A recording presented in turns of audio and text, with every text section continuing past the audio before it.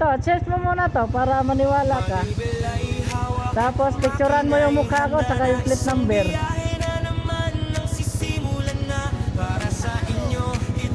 Tara ma'am, para di ka na po magantay. Search mo muna yan, tapos picturean nyo ako.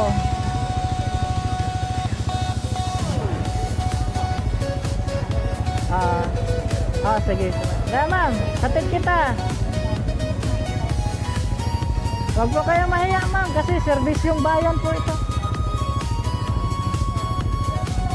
Okay lang kahit malayo, malapit. Wala akong helmet. Kahatid ko lang din ngayon dyan. Galing din doon sa Del Monte, babae. Right, pag sinerge mo yun, makikita mo yung mga ano ko. Ito po mama. Search nyo muna po, para sure po.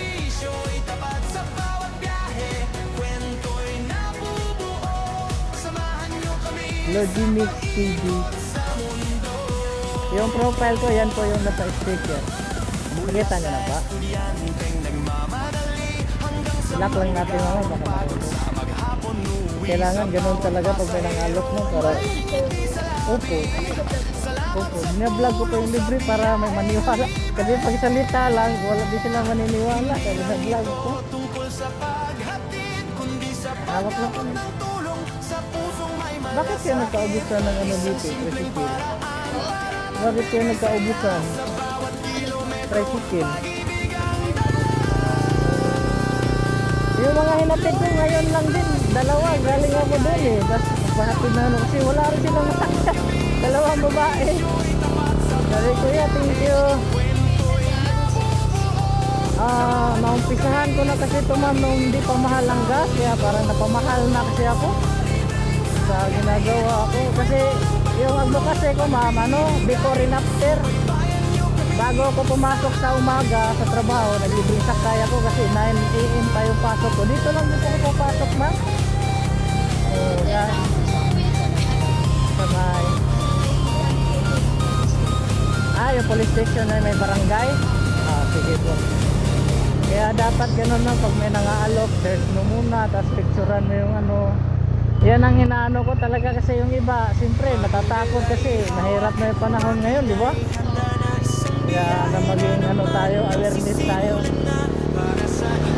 Kaya nagpapagapa talaga ako ng sticker sa section, ma'am or sir, para totoo talaga na yung bukas ko libing sakay. Saka para nakilala na rin ako dito ma'am kasi halos araw-araw ko kasi ginagawa, araw at gabi. Pag sinerge mo yung ito ma'am, makikita mo lahat ng mga video ko nasakay ko dito, sa Banawi, kahit saan, sa sa LRT, sa mga Gate Avenue. Support mo na lang sa Logimix TV naman para makilala po ako ba, kasi pag kilala na ako, hindi na ako mahirapan magpa-explain ng libre sakay.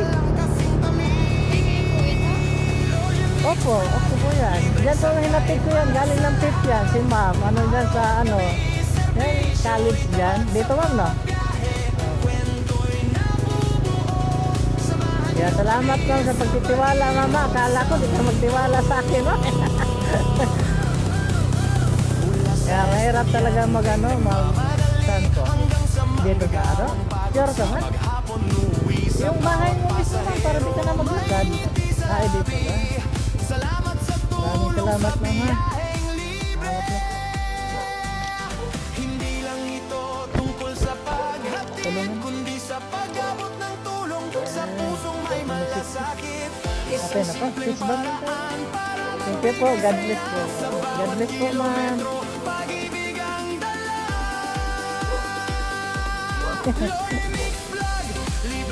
Sige po.